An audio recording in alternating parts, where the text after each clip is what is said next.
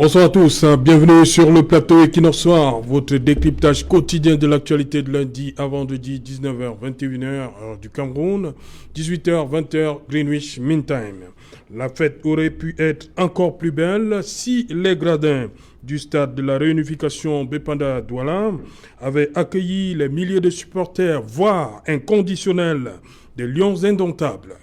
Après de nombreux mois de fermeture due à la rénovation, la cuvette d'Infandena rouvrait ses portes hier à l'occasion du match de la 3e journée du groupe F opposant le Cameroun au Mozambique et comptant pour les éliminatoires de la Coupe d'Afrique des Nations 2022 prévue au Cameroun. Cette rencontre était aussi et surtout un test pour les installations flambant neuves du stade de Bépanda, appelé à accueillir certaines rencontres du championnat d'Afrique des Nations prévues en janvier 2021, toujours au Cameroun. Si les infrastructures sportives censées accueillir les rencontres de cette autre grand-messe du football africain commencent à présenter fière allure de par le territoire national, qu'en est-il des autres rubriques du cahier des charges de la Confédération africaine de football? Madame, Monsieur, tout à l'heure, à 20h, c'est l'édition du vendredi, la grande édition du journal présentée comme tous les vendredis par Nadine Yambo. Tout de suite après, ce sera le débrief du journal et tout de suite, le fait du jour.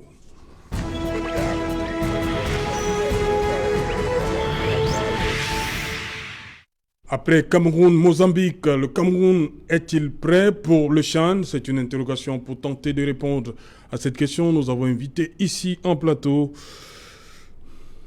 Raphaël Ndougo. Bonsoir. Bonsoir, c'est la tout. Bonsoir aux copanélistes. Bonsoir à vos millions de téléspectateurs. Voilà. Bonsoir donc. Vous êtes du RDPC? Tout à fait, je suis militant du RDPC. Militant du RDPC? Oui. Mais vous n'êtes pas communicant? Mais très bien, vous l'avez si bien dit, je ne suis pas communicant. Et je suis donc ici comme invité, convoqué par le coach que vous êtes à la Champions League, parce qu'il peut avoir 10 000 joueurs, il peut avoir 23 joueurs, puisque nous allons parler du football tout à l'heure.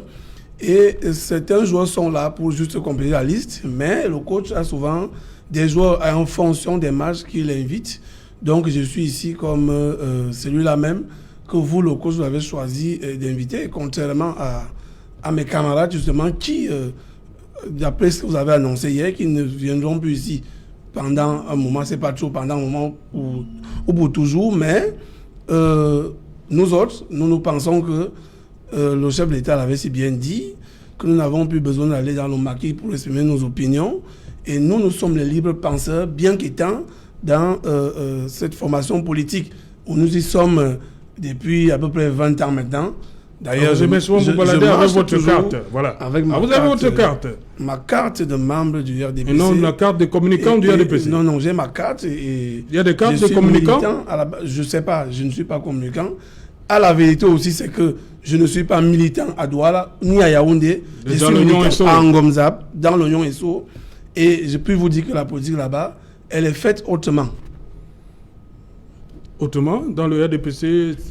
Non, pas dans le RDPC si vous voulez, mais je voulais vous dire que si vous avez vos militants dans mon village, à Assier, si il y a peut-être même un cas de décès et que moi, le secrétaire général de la sous-section, je ne suis pas allé, au moment où de vouloir les convaincre dans l'avenir, ils diront, monsieur Ndougo, vous ne venez jamais ici au village, donc vous venez nous tromper au moment où vous avez besoin de nos suffrages. Donc, de suite, nous sommes obligés de dire la politique est faite là-bas autrement, parce qu'on nous tient au mot et on nous tient en fonction de nos actes que nous posons. Ok. Raphaël Ndougo, militant du RDPC, vous avez dit section de... Sous-section RDPC d'Assier. En Ngomzabé, on a 17 au total. Voilà, dans le département d'Union Esso. Département d'Union Esso. Voilà, merci beaucoup. Dilian Cohen, bonsoir. Bonsoir, Serge Alain. Vous allez bien? Je vais bien. Ok. Dilian Cohen du Mouvement pour la Renaissance du Cameroun, c'est bien cela? Effectivement. Voilà, bienvenue une fois de plus. Willy Kenyé, bonsoir. Bonsoir Serge. Voilà. Vous avez laissé la moto où? Parce qu'il est le président de... Vous avez vu, moi, avec mes confrères et les autres sont en bas. Oui. Ils voudraient profiter. On vous a accompagné? Toujours, le président se fait toujours accompagner par ses camarades, parce que surtout quand l'Equinor nous donne l'opportunité de nous exprimer, voilà. Il est important que mes camarades... Vous êtes le président des... Je suis le président national des syndicats des conducteurs professionnels des motos taxis du Cameroun. Et par ailleurs... Conducteurs professionnels de motos? Voilà. Et par Parce ailleurs... qu'il y a les amateurs? Oui, dans notre secteur, on retrouve aussi pas mal de personnes qui sont arrivées là, qui sont arrivées aussi parce que comme ça. Donc, il est important de préciser que notre rôle aussi, c'est de rendre ce secteur professionnel. Okay. Et c'est notre souhait. Donc, il est important aujourd'hui que nous précisons tout ce qui a été dit à l'encontre des motos-taxis ces derniers temps. Nous voulons préciser, sache que les motos-taxis ont un rôle important. Ouais. C'est pour... Les étrangers arrivent, hein, c'est pourquoi vous êtes là ce soir. C'est pour ça que je suis là. Les étrangers arrivent à partir de janvier. Voilà. Il est important de... Parce que ce qu'on a vu hier, là, pour un seul match... Il est important de préciser. Voilà. D'accord. Serge Pensy, bonsoir. Bonsoir Serge Aléoto et bonsoir tout le monde. Oui, bienvenue. Consultant et question de sport. Oui. Voilà, Serge Pensy, dites-moi, vous étiez quand même dans les encablures du stade hier, vous avez vu comment ça se passait? Non. Votre sentiment? Non, je n'étais pas au stade, j'ai regardé le match à la télévision. Vous avez l'impression que on peut être prêt, d'ici janvier, on peut accueillir une compétition d'envergure comme le Tchad? La ville de Douala, restons sur la ville de Douala, parce que tout à l'heure on va attaquer les mototaxis. Vous savez, il y a un cahier de charge, oui. Il faut le cadre normatif. Accueillir. Au niveau de l'organisation même, est-ce que, parce qu'on a vu le gouverneur, le ministre des Sports passer hier, on a dû bloquer, ça créait un peu de... Oui, je disais qu'il y a un cadre normatif prescrit par la CAF, oui. Pour organiser une compétition. Maintenant, il faut se poser les questions, parcourir ce cahier de charge, voir si le Cameroun a rempli toutes les conditions qui sont prescrites dans le cahier de charges. Mais à mon sens, je pense qu'on va jongler comme d'habitude. Oui, on va jongler. On va jongler pourquoi? Parce que ce n'est pas seulement au Cameroun que ça a commencé, ça a toujours été comme ça. Vous savez, il y a un socle pour organiser une compétition. La compétition, c'est pas seulement le stade. Franchement, le stade, c'est 3 heures par jour. C'est 3 heures. Oui. Mais après le stade, il y a la logistique. Comment se déplacer? Il y a les hôtels, il y a les centres de loisirs. Donc tout ça là rentre dans l'organisation de la compétition.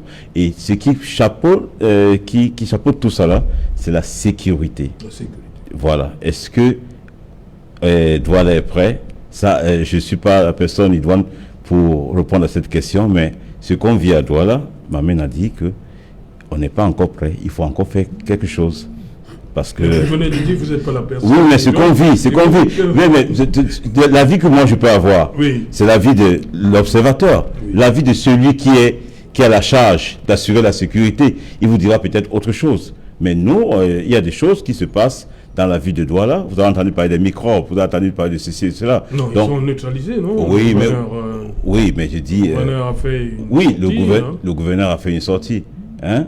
Mais vous savez, est-ce que tout est en ordre? Parce qu'il y a des gens qui vont venir au Cameroun. Oui. Et bientôt, c'est pas dans 6 mois. C'est dans 2 mois. Donc, il faut être prêt au niveau de la sécurité. Voilà. Raphaël Ndougo, lorsque vous écoutez Serge Pensy, lui, il a des inquiétudes, des appréhensions par rapport à la sécurité à Douala. Non, parce que ces dernières semaines, il y a eu le phénomène des microbes qui n'a pas donné une bonne impression pour la ville de Douala. Si nous commençons par la sécurité, vous allez vous rendre compte que les Camerounais parfois aiment toujours dire que ce n'est pas bon ici. Pourquoi? Parce que certains ont pris le renforcement du système sécuritaire au passage des Lions hier et les autorités. Beaucoup ont pris ça mal. Beaucoup, il y a beaucoup de gens... Vous avez assisté, dites-nous, vous avez vu le passage à quel niveau? Moi, je n'ai pas vu le passage. J'ai suivi les gens. Oui. J'ai suivi les gens parler, de se plaindre si vous voulez. Moi, je sors de la ville de Yaoundé. J'y ai vécu pendant des années. Nous étions habitués à ça. Parce que les matchs internationaux, c'est beaucoup plus au stade omnisport. Et du coup, ou même quand notre président va présider des phases finales de la Coupe du Cameroun. Donc, beaucoup étaient étonnés, pourquoi est-ce qu'on a barré ici, est-ce qu'on va s'en sortir? Justement, parce que quand les étrangers arrivent ici, il faut le reconnaître que c'est le Cameroun qui a le droit d'assurer la sécurité dans les hôtels, restaurants et au stade de ces étrangers-là. Donc, à ce niveau, lorsque vous avez vu les autorités partant de l'hôtel, justement, c'est pour ça qu'on a renvoyé, on a renforcé, autant pour moi, on a renforcé l'effectif sécuritaire pour que les Mozambicains et même les Lions indomptables puissent circuler en toute sécurité. Ça, c'est la première chose. La deuxième chose, c'est sur le champ lui-même. Je crois que c'est deux villes, c'est ça? Je crois qu'il y a Limbe et Douala. 2 ou 3, je ne sais pas. Mais ce n'est pas déjà la grande compétition qui arrive. Oui. Parce que ça, c'est juste au niveau primaire. Cela va également nous permettre de voir si nous pouvons déjà attendre la CAN qui va arriver l'année prochaine. Donc, à mon niveau, je pense que, mon avis, je pense que c'est normal que l'on assure la sécurité. Et quand la compétition va se tenir, on prendra même encore les éléments ailleurs qui viendront à Douala et dans les villes concernées pour renforcer la sécurité. Parce que à moins, si on passe juste à côté du champ là, à tout moment on peut nous retirer peut-être la prochaine édition de la CAN. Donc il faut qu'on fasse tout pour... Dans le champ, c'est un véritable test. Oui, c'est comme un test. Parce que si... je pense peut-être que Serge Pensif faisait allusion aux d'autres cahiers de charges, peut-être les infrastructures, bien entendu, parce qu'à ce niveau, tout n'est pas fini. Oui. Non, pour les hôtels, je pense même qu'au niveau du champ, les hôtels, ça va. Parce que si les hôtels sont réquisitionnés pour les délégations, il y a d'autres hôtels qui sont là pour... Je ne vais pas te couper, mais parce que si on veut rentrer là-dedans, Douala ne devait pas avoir 2 sites. Parce que là, la CAF jongle. Un site, entre 2 sites, il faut au moins minimum 50 km. 50 à 60 km. Si vous me dites qu'entre Yassa et Bipanda, il y a 60 km, là on va... Non, pas du tout. Oui, voilà. Vous voyez qu'on jongle déjà. Mais c'est-à-dire qu'il y a la tolérance au niveau de la CAF et tout. Donc, si on veut rentrer, si on veut respecter le mode... Appliquer le cahier de charge, on ne pourra pas. Justement, donc, je voulais donc dire que si on accélère, parce que nous l'avons toujours dit ici, par exemple, la pénétrante Est, il faut accélérer les travaux. Parce que ceux qui vont couvrir, les hommes de médias et les supporters même qui vont aller ça et là, il faut bien qu'ils puissent se déplacer facilement. Donc tout cela, j'espère qu'on aura tout le temps de gérer ça avant la tenue de cette compétition. Donc pour la sécurité, je crois qu'il faut encore plus la renforcer. Je ne voudrais pas rentrer dans les microbes. Ce qui est sûr, c'est qu'on n'entend plus parler. Parce que la sécurité dépend aussi des usagers. Les populations doivent aider les forces de maintien de l'ordre. On n'entend plus parler de microbes? Oui, puisque ici, à Diaïdo, à côté de nous, je crois que vous avez vu les populations sortir pour dire qu'ils ne veulent pas ça à Diaïdo. Ça peut se passer dans les autres quartiers où les populations elles-mêmes s'impliquent pour leur propre sécurité. Parce que quand les microbes descendent dans la rue, ils ne vont pas attaquer ceux qui sont bien logés, si vous voulez. Ils attaquent les petits commerçants, les benzikina et que sais-je encore. Donc, nous-mêmes, la population, à ce niveau, nous devons participer pour la sécurité dans la ville de Douala. Dylan Cohen, pour vous... Vous avez vu le petit exercice d'hier? Oui. Les autorités, le match, même comme c'était pas ouvert au public. Oui, effectivement, avant d'y arriver, le constat est clair. Le Cameroun n'est pas une terre à vendre. Parce que voyez-vous, quand on donne l'honneur à un pays d'organiser une compétition, c'est davantage pour permettre à ce pays de se vendre. Sur l'échiquier mondial. Mais tristement, on constate qu'au Cameroun, il y a beaucoup de choses à faire, il y a du chemin. Maintenant, pour la journée d'hier, ça nous a simplement donné l'allure de ce que pourrait être dans 2 mois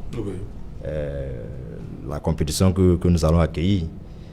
Le confrère du RDPC parlait de la sécurité. Oui, effectivement, c'est un problème majeur. Parce que quand on parle de sécurité, il va également des infrastructures, l'état des routes. Vous voyez que ça ne circule pas dans la ville de Douala. Et imaginons que tout un monde tel que nous sommes Camerounais, nous aimons le sport, nous aimons le football, surtout quand notre équipe nationale est engagée. Imaginons que les supporters veulent vraiment participer. Et bon, ils n'ont pas d'accès dans les stades. Et il n'y a même pas des téléviseurs ou alors des écrans géants au moins pour leur servir cette possibilité, c'est très gênant et c'est très embêtant. Donc, pour ma part, je crois qu'il y a encore du chemin à faire. J'ai tellement peur parce que dans 2 mois, je ne veux pas dire, mais de toutes les façons, on observe, on regarde. Voilà. Il y a le problème à Douala, les conducteurs de moto-taxi. Merci DSS. Je voulais relever ici pour dire que la seule chose qui rassemble souvent les Camerounais, c'est le football. Oui. Vous savez, quand les Lions jouent, ce n'est pas seulement aujourd'hui. Ça rassemble tous les Camerounais qui sont fâchés ou pas fâchés. Je crois que c'est la seule chose qui permet aux Camerounais de sourire. Je me rappelle la dernière, quand au Gabon, vous avez vu, même les grandes-mères qui sont sorties avec les mamites, ça a donné une autre idée. L'avant-dernière, je me rappelle. Alors, j'ai pensé... On peut dire comme ça. Je voudrais dire plutôt comme ça. C'est pour dire que le football, au-delà de ce que, on joue sur un stade de football, ça donne de l'envie, ça rassemble les Camerounais, que tu sois du nord-ouest, que tu sois de l'ouest, que tu sois du nord. Je voudrais dire tout simplement que ceux qui veulent l'échec du CHAN à partir de janvier, ce n'est pas nous. Et nous avons vu l'Africa Foot et la Ligue. Je suis sûr que l'échec, ou bien ceux qui souhaitent que ça ne marche pas, c'est ceux-là qui ont confié la responsabilité du football. Et c'est l'occasion pour nous, en tant que conducteurs, parfois d'interpeller le chef de l'État pour dire quand même, la seule chose qui a fait plaisir aux Camerounais, qui donne de l'envie, qui rassemble les Camerounais, c'est le football. Il faudrait à un certain moment que ceux-là, qu'on les confie la responsabilité, qu'ils sachent que les Camerounais les regardent. C'est important parce que tous les Camerounais veulent voir le football. Hier, combien de Camerounais regardaient la télévision pour voir leur équipe jouer? Donc, il est important qu'à partir du moment où la CAF a confié une responsabilité au Cameroun d'organiser une compétition comme celle qu'on va vivre à partir de janvier, que toutes les mesures soient prises.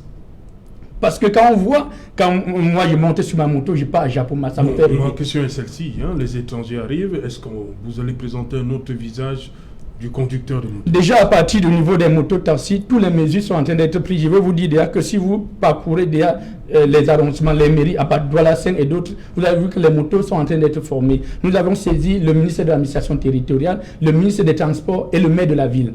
Formés pour parler aux étrangers? Non, pas pour parler aux étrangers. Il y a un problème de civisme dans notre secteur d'activité. Si on ne relève pas ça, ça veut dire que nous ne sommes pas des encadrés. Donc vous avez attendu le CHAN pour faire ça? C'est pas seulement au niveau des motos.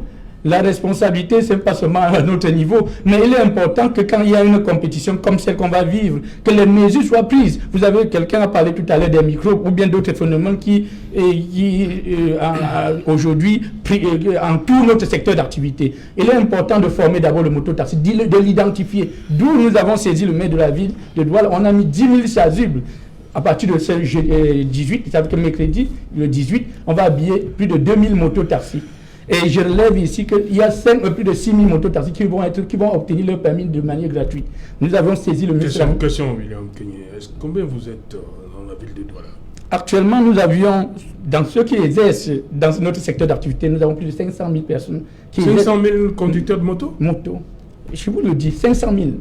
Nous avions, au-delà de ce que nous sommes en train de... Et là, vous parlez de 2000. Il est important de commencer. Et nous avons dit des hommes à partir de janvier, du 1er janvier, pour être conducteur de moto-taxi dans la ville de Douala, il faut accepter de s'identifier. À partir de vous portez des vies, vous portez des responsables, vous portez des passagers. Et si vous voulez honorer ces passagers-là, identifiez-vous. Nous sommes en train de mettre l'accent sur ça. Tous les leaders de la ville de Douala ont saisi les autorités pour dire nous ne voulons plus le désordre dans notre secteur d'activité. Et nous allons continuer ce travail et il est important. Nous avons déjà commencé à former les mototaxis avec les différentes auto-écoles dans les différents arrondissements. Les 5 arrondissements de la ville de Douala, actuellement 5000 mototaxis, 1000 par arrondissement qui sont en train de se faire former dans les différents arrondissements. Et nous avions tenu à ce que les 6000 soient gratuites. 1000 qui sont prises en charge par le ministre de l'administration territoriale et 5000 qui seront prises en charge par le ministre des Transports, 500 qui seront prises en charge par la communauté urbaine. Et à partir de janvier, ceux qui ne vont pas obéir à la règle vont tomber sur le coup de la loi. Parce qu'il est important que les gens sachent d'abord que nous sommes dans un pays de loi. Alors ceux qui veulent profiter, qui viennent profiter en ce moment. Et nous voulons informer tout le monde. Et nous avons saisi aussi le ministre des Transports pour lui dire il est important que le ministre des Transports et le ministre de l'administration territoriale mettent l'accent sur les ventes de motos. À partir du moment où les motos sortent à l'achat des motos, on exige le permis, la carte grise, l'assurance. On inclut ça à l'achat pour éviter des personnes qui aujourd'hui, on se retrouve dans un secteur de conduite, on conduit la moto dans la ville de Douala, on se retrouve en train d'être agressé. Les passagers ne sont pas sécurisés. On voit même les microbes qui ont les motos. Les microbes ont les motos. Je vous dis, il y a certains microbes qui ont des motos, qui n'ont pas de facture, des motos qui sortent de nulle part et agressent des passagers. Et on inculpe la responsabilité aux conducteurs de motos. Il y a même les motos taxis. Je vous dis, nous avons perdu plus de 8 membres cette saison qui se sont fait agresser à travers l'arme, avec les couteaux, à partir du moment où les bandits leur demandent de laisser les motos. Et vous voyez, donc il est important que l'identification des motos soit effective. Voilà, lorsqu'on écoute Serge Pensy, vous avez mis un point sur la sécurité. Par ordre de priorité, c'est ce qui est le plus important. Non, c'est-à-dire qu'on peut... Oui, les hôtels, tout ça là, on peut les avoir. Une compétition maintenant, par rapport à l'image du pays. C'est la sécurité d'abord. Non, il faut que les gens doivent pouvoir se déplacer. Vous savez, c'est d'abord du tourisme. Voilà. Donc, on n'est pas... Il faut qu'ils soient en sécurité. Voilà, on n'est pas dans un... Il faut qu'on ait cette culture de tourisme. Quand vous allez ailleurs, vous allez les gens se déplacer. Il n'y a pas de militaires qui se promènent là, mais il y a des gens, il y a la sécurité. On sait que c'est sécurisé quand vous déplacez ailleurs. Donc, chez nous, ici, et le travail... Nos collègues étaient en Égypte pour la dernière CAN, ils disent que c'était hyper militarisé. Oui, hyper militarisé. Le Caire, la dernière Coupe d'Afrique des Nations. Oui, vous connaissez les conditions là, dans le monde arabe. Les frères musulmans et tout. Donc ça, c'est d'autres conditions. Mais je dis que quand on se déplace ailleurs, dans les pays qui ont cette culture de tourisme, on ne voit pas les militaires par-ci, par-là. Mais ça rassure, non? Non. Écoutez. Ça rassure pas quand on voit des hommes en tenue? Mais on a... rassuré, non? Bon, ça ne rassure pas. On se dit qu'il y a quelque chose. Ça ne rassure pas quand on voit plein de militaires là. Vous voyez, quand on voit des barrages de police, par-ci, les gens doivent descendre du bus pour se faire identifier, tout ça là. Tout ça, on doit arrêter ça, parce que on doit arrêter. On arrête ça? Oui, on ne doit pas faire descendre les gens du bus. Ça, franchement. Et moi-même, je ne descends pas du bus. Je ne suis jamais descendu. J'ai toujours refusé ça. Et vous dites quoi à l'agent? Non, on ne doit pas descendre. C'est-à-dire qu'il ne faut pas traiter des êtres humains comme, je ne sais pas, moins que des animaux. Vous êtes assis dans le bus et on vous fait descendre, on vous fait marcher 1 kilomètre pour remonter dans le bus. Ça, il faut, parce que ça n'existe pas ailleurs. Vous allez avoir des touristes qui viennent au Cameroun, qui vont se déplacer entre Douala et Yaoundé. On leur dit descendez, identifiez-vous. Non, attendez. Non, ça, ce sont des choses, c'est pour ça que j'ai dit, il faut qu'on évite de présenter mauvaise image de notre pays. Et ça demande un travail. Il ne faut pas que les gens s'asseyent là, pensent que oui, quand on va mettre les policiers, les militaires sur la route, c'est bon. Non, même la sécurité, c'est une science. Et qui dit science, dit processus, procédés, tout ça là, qui dit une réflexion. Il faut vraiment réfléchir comment agir. Il ne faut pas seulement déplacer les militaires, les mettre par-ci par-là pour faire peur aux gens. Non, parce que là on va rentrer dans une cacophonie et après vous savez comment ça se passe. Donc il faut réfléchir là-dessus. Je pense qu'ils sont en train de le faire. Comment organiser la sécurité? Parce que si ça échoue au niveau de la sécurité, tout le spectacle là, franchement, ça ne va plus marcher. Voilà, Raphaël Ndougou, pour vous, au niveau des routes, on est prêt? Non, dans la ville de Douala, c'est visible. Vous savez, c'est pas souvent évident de dire qu'on est prêt sur un certain nombre de choses alors que tout le monde peut voir. Je ne fais que citer la route qui relie en dehors de la capitale politique et même les autres routes, si vous voulez, d'autres pays dans la sous-région qui viennent là tous les jours pour porter au port de Douala leurs marchandises. Donc, il faut accélérer. On a cette route-là, elle s'est longtemps, le chantier était arrêté, on ne savait pas trop pourquoi. Bon, on était à la descente du ministre j'ai envie de dire, des travaux publics l'autre jour. Et puis, bon, on voit que ça démarre, il faut accélérer pour finaliser, non seulement pour le chantier qui arrive, mais c'est pour les usagers même.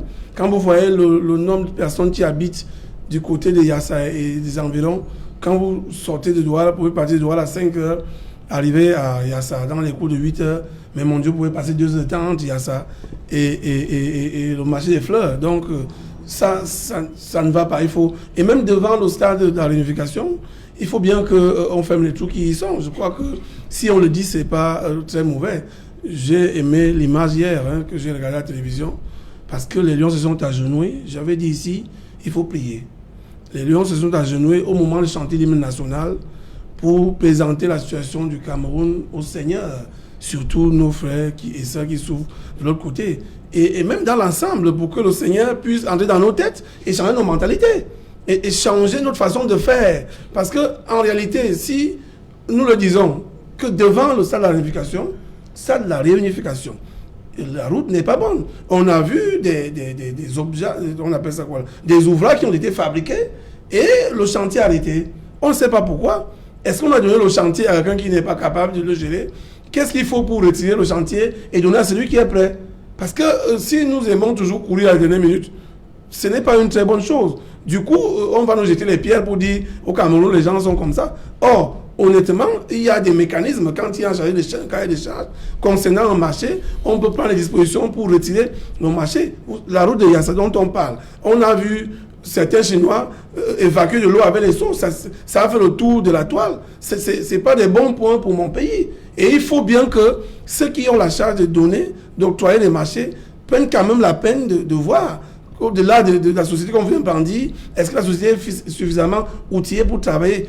Quand la route passe, le développement suit. Vous ne savez pas combien de temps, quand on perd le temps là, combien en termes d'économie on perd. Donc, quand je dis cela, je voudrais quand même revenir sur... Raphaël, vous avez parlé de la route devant le stade de la réunification. Oui. Est-ce que c'est ce chemin-là que les autorités ont emprunté hier, le gouverneur et le ministre des Sports? Le gouverneur... Vous savez par où ils sont passés? Je sais par où ils sont passés. Je n'étais pas là parce que j'étais encore au travail et puis je suis venu voir le match après. Mais pour dire que vous, ils pouvaient passer par là? Ils ne pouvaient pas parce que le gouverneur... Ils ne pouvaient pas. Vous ne voyez pas un autre chemin par où ils sont passés? Il y a des quand vous venez de la gare, Écoutez, je ne connais pas très bien. Voilà. Permettez-moi quand même de vous dire. Oui, il y a une autre route vers la tribune présidentielle, c'est-à-dire qui passe vers le marché. Rassurez-vous. C'est presque la route principale. La route principale. Ce n'est pas pour autant qu'on ne va pas. Ce n'est pas pour autant qu'on ne va pas bitumer cela. Puisque si le passage, je ne connaissais pas celui-là, je ne connais pas bien Douala, mais le passage des autorités est donc déjà bloqué. Pour pallier comment on appelle ça, aux bouchons, il faut bien que celle devant, du côté je ne sais pas trop comment vous appelez ça, là où il y a des trous venant de Carrefour Agip, il faut bien que ce soit fermé. Je vous dis qu'on a vu des ouvrages là qu'on a fabriqués pour traverser cette route, malheureusement, c'est arrêté. Donc, c'est pas comment j'ai envie de dire, ce n'est pas mauvais que de le dire. Et je voulais vous dire tout à l'heure que en tout cas, le gouverneur est l'autorité la plus renseignée de Douala parce que les informations viennent ça et là, il est renseigné, mais sauf que ce n'est pas lui qui a octroyé le marché en question. Si vous voulez que je vous rappelle que cette même chaîne d'Equinox a fait tout un reportage là-dessus. Et bon, maintenant, ça dépend comment les uns et les autres prennent des reportages d'Equinox. Maintenant, moi, il faut être honnête. Maintenant, moi, je voudrais revenir... Mais les autorités n'ont pas un problème de trop. Vous savez qu'ils se déplacent en 4x4. Non, oui, mais ils n'ont pas de problème. Ils n'ont pas ces problèmes.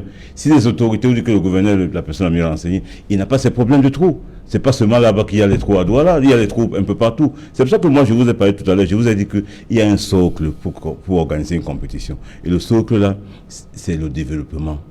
On n'est pas prêt pour organiser une compétition. Si on veut vraiment organiser... Ça me surprend comme si M. Percy qui dit qu'on n'est pas prêt. Non, écoutez. Pourquoi? Parce que nos villes sont tellement mal urbanisées. Très mal. C'est-à-dire qu'on a des axes principaux et après on n'a plus rien. C'est-à-dire que tu veux quitter, tu veux faire 500 mètres, mais tu dois faire 4 km. Pour tourner, pour arriver à faire 500 mètres. Non, donc les motos, par exemple, sont venus résoudre ce problème. Parce que les motos rentrent dans les sentiers et tout ça va. Mais nos villes sont très mal urbanisées. Donc, c'est ça le problème d'organiser une compétition. On n'est pas développé,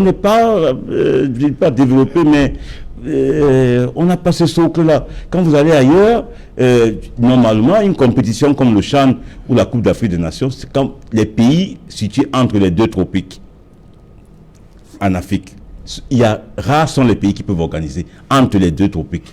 Rares sont les pays, c'est-à-dire que tous ces pays entre les deux tropiques-là, ils ne peuvent pas organiser. Ça, c'est mon avis. Et quand vous regardez le niveau de développement, allez partout, Mozambique, Côte d'Ivoire, tout ça, Sénégal, c'est la même bouillie. Hein. Parce que vous allez voir, on va vous montrer les stades et tout ça. Là. La compétition, c'est pas les stades. Les stades, c'est 3 heures par jour et le reste, une journée à 24 heures. Alors quand on est 24 moins 3, il y a 21 heures. Qu'est-ce qu'on fait là? De 21 heures.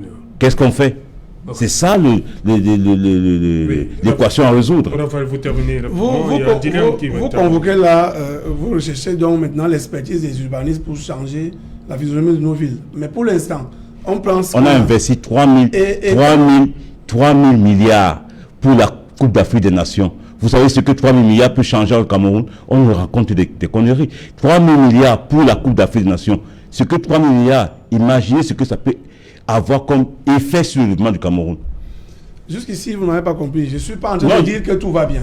Je suis en train de dire que là maintenant, en urgence, puisque le CHAN va se tenir en janvier, il est pratiquement impossible là maintenant que ce CHAN-là soit renvoyé. Et il faut donc qu'on essaye, puisque nous disons que c'est un test.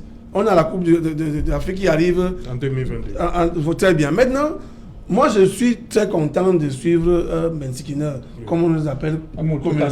Oui, vous savez. Président des mototasses. Très bien. Mais à la base. On se calme. Vous permettez que j'écorche cela comme ça. Oui. Mais je parle au président, aux syndicalistes.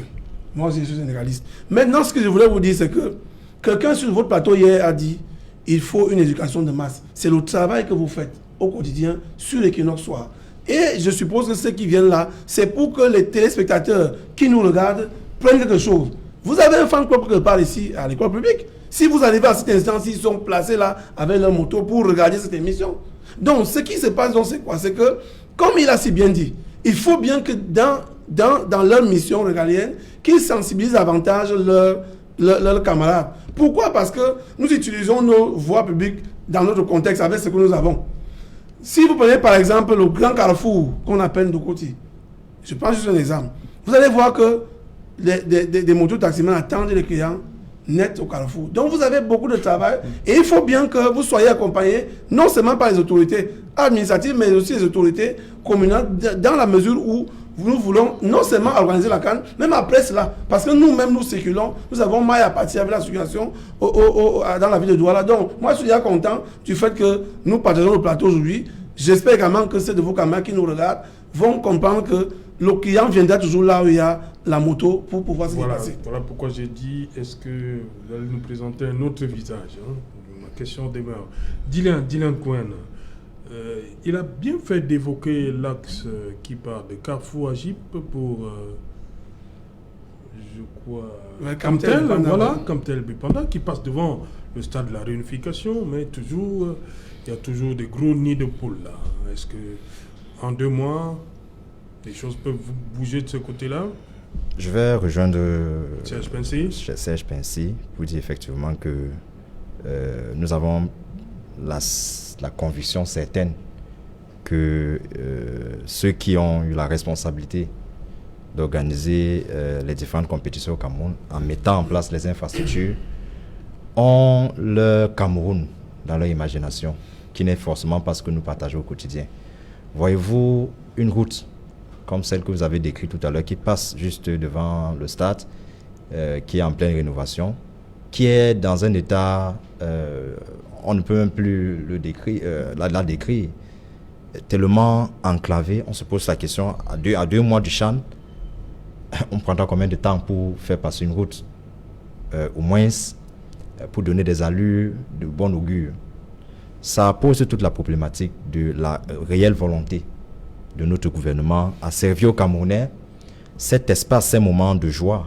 Voyez-vous, dans l'entame de mon propos, je disais que quand on confie une compétition comme la CAN, une compétition continentale, on donne la chance aux pays organisateurs de se vendre, de se faire connaître, d'asseoir son hégémonie, d'assumer sa souveraineté. moi je vais me poser la question, quand on va, du moins l'argent qui a été alloué, 3 000 milliards de francs CFA, nous allons bénéficier quoi? Qu'est-ce que nous bénéficions jusqu'aujourd'hui de ces infrastructures? Vous voyez que pratiquement rien n'a changé. On a vu des stades poussés, on a vu des gazons bien verts, et puis on a vu les bâtiments.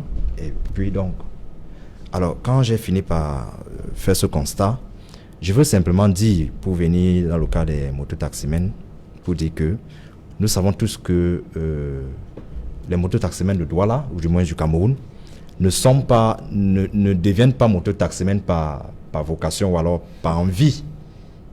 Nombreux sont ceux qui deviennent mototaximens par simplement dépression ou alors en dépit. Je veux bien poser la question au président. Est-ce qu'il comprend? Alors, est-ce qu'il peut nous certifier qu'effectivement, il a la maîtrise sur le nombre de mototaximens dont il a parlé tout à l'heure? Il a parlé de 2000. Est-ce qu'il peut, avec des médias...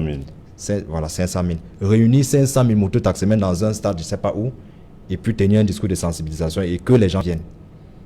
Je crois que les mototaxis, puisqu'on en parle, c'est effectivement la preuve parlante que nous avons un système qui a complètement échoué. Je dis, il y a plus de frustrés qui ne voudraient même pas écouter ce discours. Hein? On ne va pas bâtir un pays en mettant sur la place publique un secteur d'activité qui, en réalité, regorge des frustrés. Je vous dis, des gens qui se sèchent au soleil, mais qui le font parce qu'ils doivent nourrir leur famille. Et ils le font en dépit. Si vous questionnez, si vous descendez dans la rue, vous demandez à nombre de ces mototaximens s'ils se sont retrouvés là par envie ou alors par simple vocation, ils vous diront. Et vous comprendrez donc que on ne pourra donc pas parler d'une organisation telle que le président semblait vouloir le dire.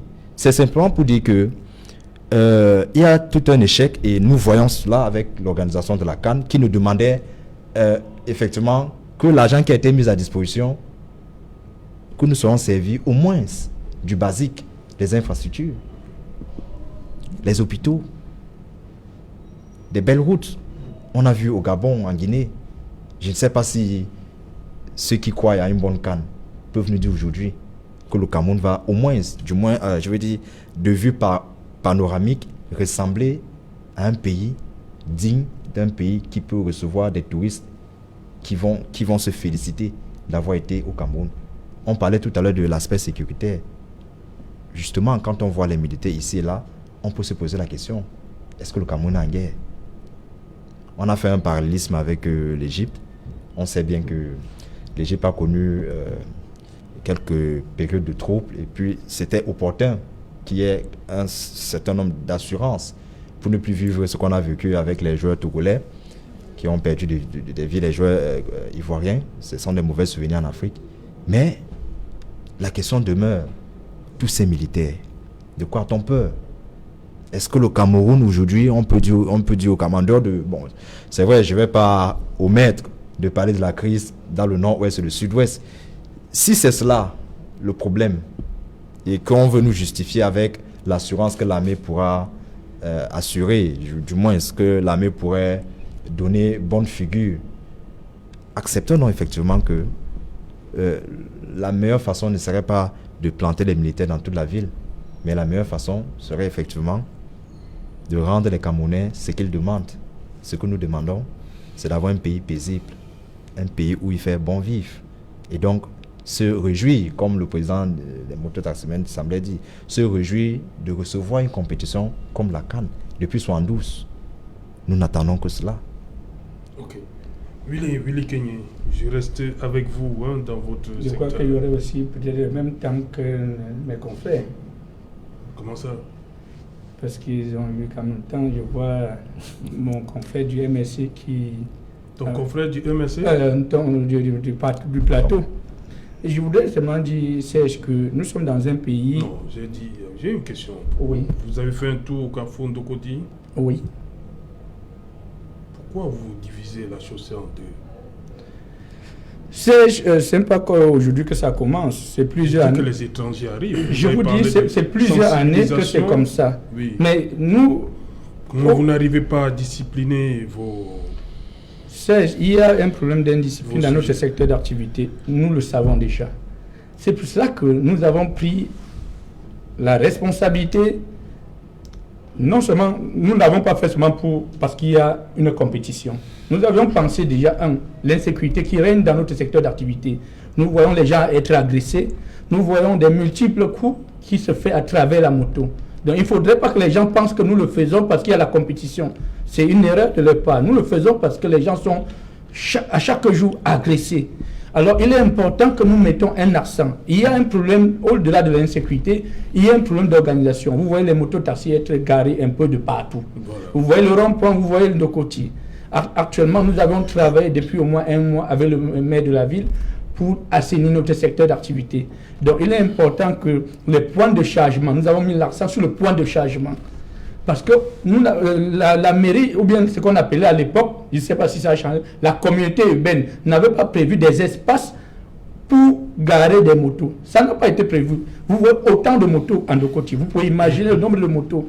Alors les motos qui vont à Aqua se retrouvent, il y a presque 500 000 motos qui vont à Aqua. Ils garent où? Il n'y a pas d'espace réservé. Nous avions les motos qui vont à Bépanda, ceux qui vont à Village. Ils garent où? C'est pour cela que nous avons saisi le maire de la ville pour dire qu'il est important maintenant qu'on met l'accent sur le point de chargement. Et il a noté aujourd'hui. On doit vous créer des points de chargement. Des points de chargement. Avant le champ? Oui, c'est ce qui est en train d'être fait. Je vous rassure que ça doit être fait. À partir de mercredi, je vous dis le jeudi, on ne commence pas l'identification. Il y a 10 000 chasubles. Ça veut dire que désormais, pour faire la moto...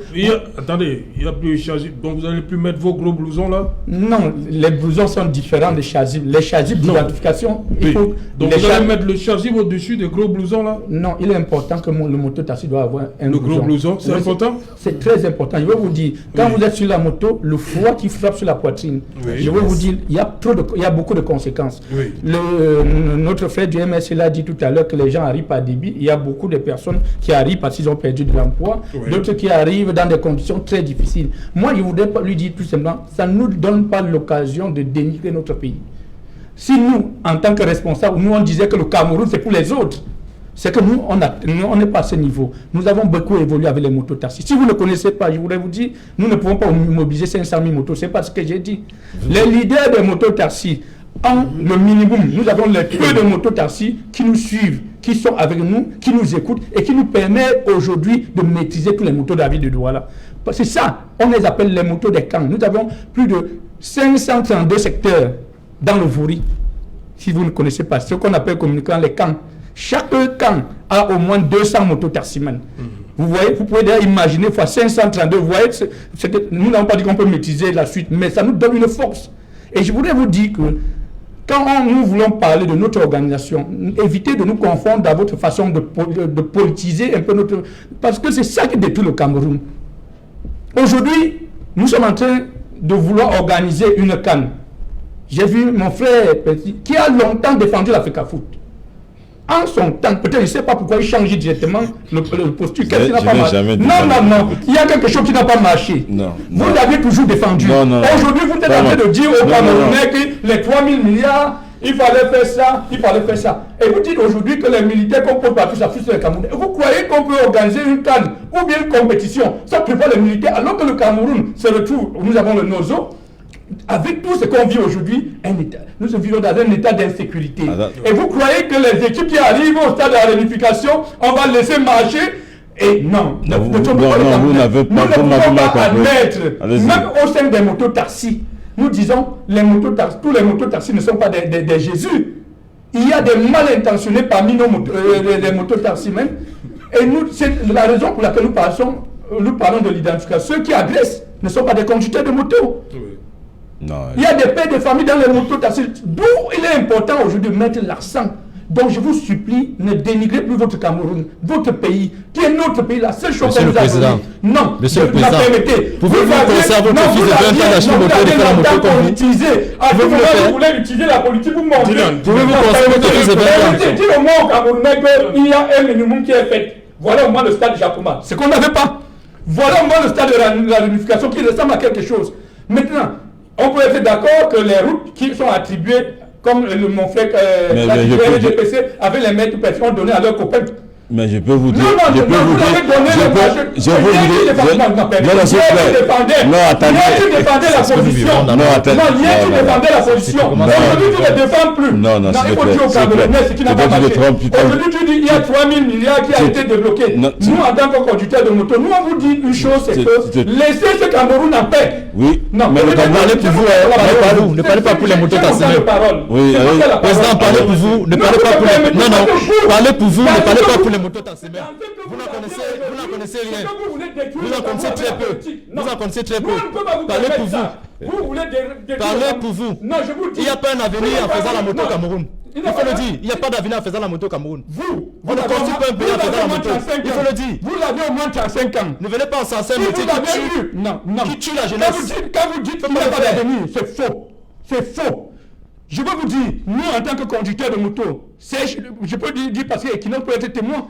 Nous avons lancé un projet communautaire où nous avons, nous, conducteurs de moto taxi, payé 2 hectares de terrain PK21 avec notre argent. En mobilisant autant de motos. Ça veut dire que nos Camerounais donnent d'un peu. Il ne faut pas de. Ça, c'est les questions que vous avez. Non, permettez. On n'est pas seulement l'impression que.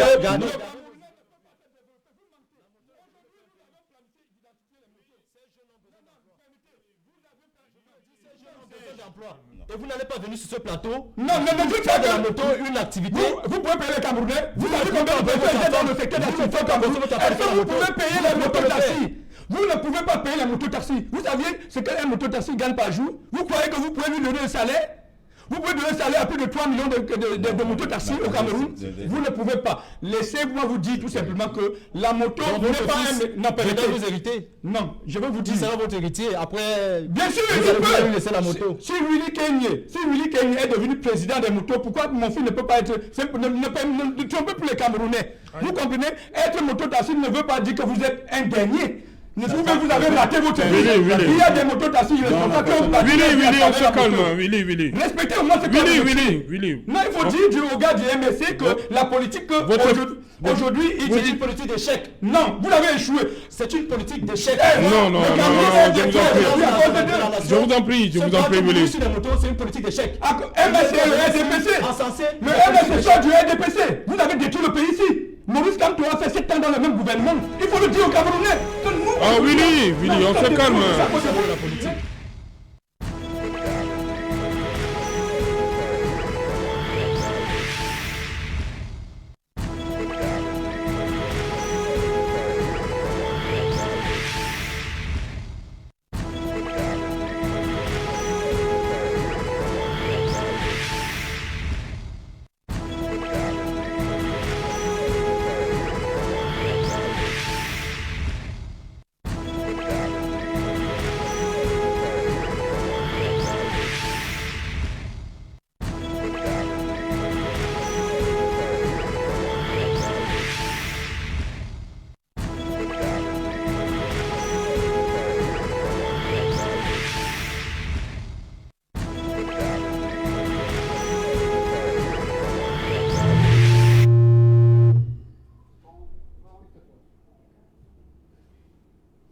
Retour sur le plateau Equinox Soir. Nous allons continuer, madame, monsieur. Willy, je crois qu'on se calme. Hein? Ce n'est pas...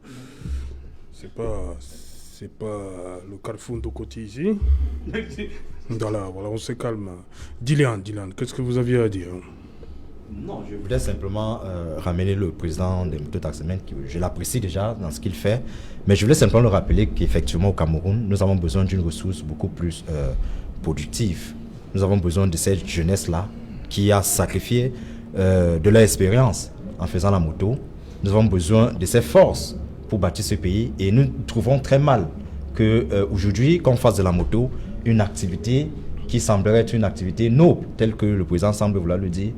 Et je dis, ce n'est pas une façon de jeter dans la marde ceux qui s'y trouvent. Non, c'est simplement pour rappeler que nous devons faire des choses pour le bien de notre pays en développant ce pays. Non, Dylan, le problème est celui-ci. Il y a des étrangers qui vont arriver dans 2 mois. Est-ce que on veut justement que nos frères qui ont choisi ce secteur-là présentent un autre visage? Parce que par rapport à ce qu'on voit souvent. C'est tout le vœu. C'est tout le vœu de voir effectivement que les mototaximènes soient organisés. Oui. C'est tout le vœu. Moi, j'essaie simplement d'être réaliste. J'ai dit tout à l'heure que c'est un secteur qui est difficile à contrôler. Peut-être difficile à contrôler. Difficile parce que, comme j'ai dit, il y a des sensibilités qui se sont trouvées là, pas de leur vouloir. Oui. Et vous imaginez, dans mais le président dit qu'ils sont en train de s'organiser pour... il a avancé les chiffres, il parlait de 500 000. 500 000 motos, taximans. 2000 choisis. Ça fait des années que j'écoute son discours, je le suis. Si on fait la soustraction, vous comprenez qu'il y a encore un bon monde. Oui. Un bon monde qui va sans doute rester, du moins pas dans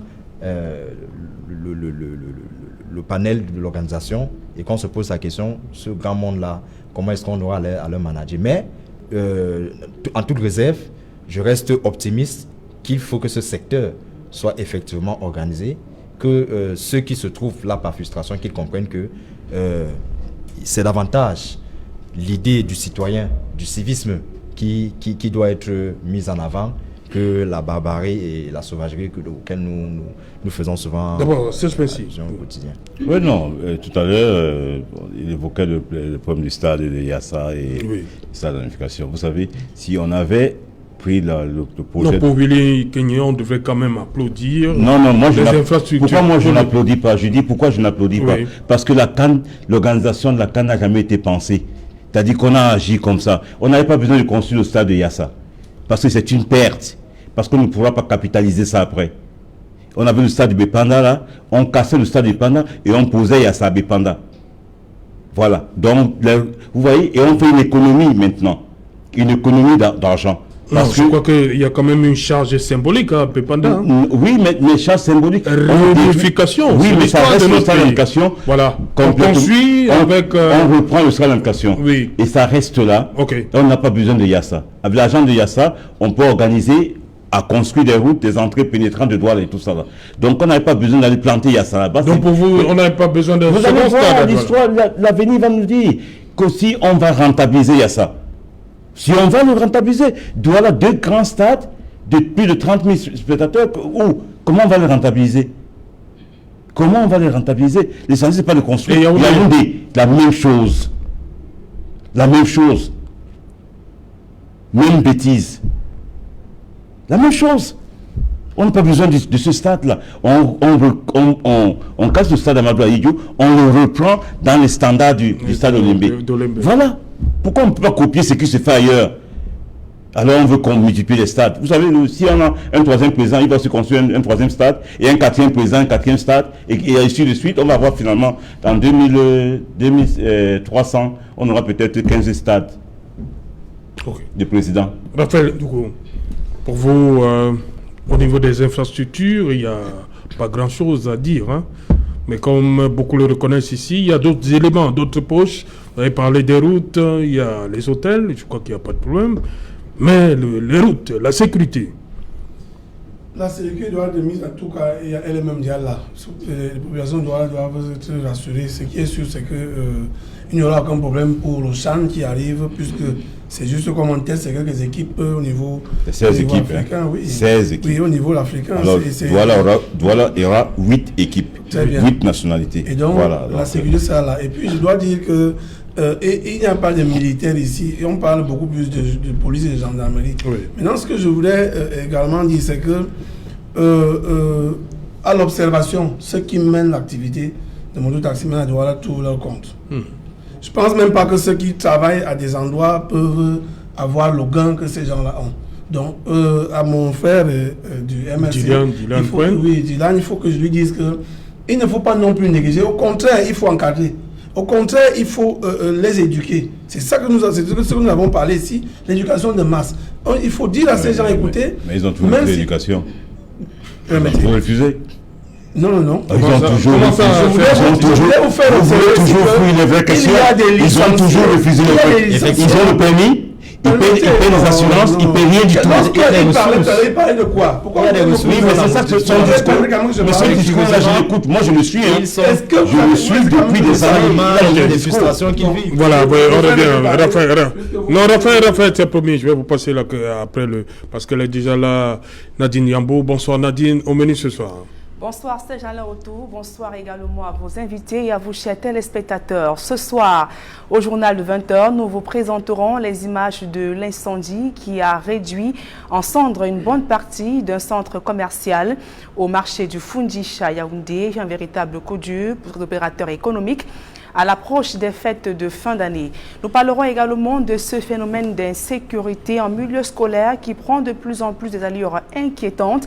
Dans le département du Mungo, 4 jeunes accusés d'avoir proféré des menaces de mort à un enseignant s'il venait encore à donner les cours sont aux arrêts. Ils sont présentés comme étant des Zamba Boys. Nous reviendrons également sur cette sortie des économistes camerounais qui interpellent le gouvernement sur les risques de surendettement du Cameroun si rien n'est fait, notamment pour amortir les chocs provoqués par la pandémie de coronavirus. Donc ils font des propositions à suivre au journal de 20h. Et puis hors de nos frontières, nous parlerons également de cette sortie du président ivoirien Alassane Ouattara, notamment ordonnant la remise du passeport de l'ex-président Laurent Gbagbo. C'est Jalin. Voilà, madame, monsieur, c'est donc la fin de cette première partie Equinox Soir. On se retrouve après le 20h de Nadine Yambou pour Equinox Soir, deuxième partie. Ce sera le temps du débrief, toujours en compagnie de nos invités Dilian Cohen, Serge Pensi, Willy Kenyé et Raphaël Ndougou. Dans un instant, donc...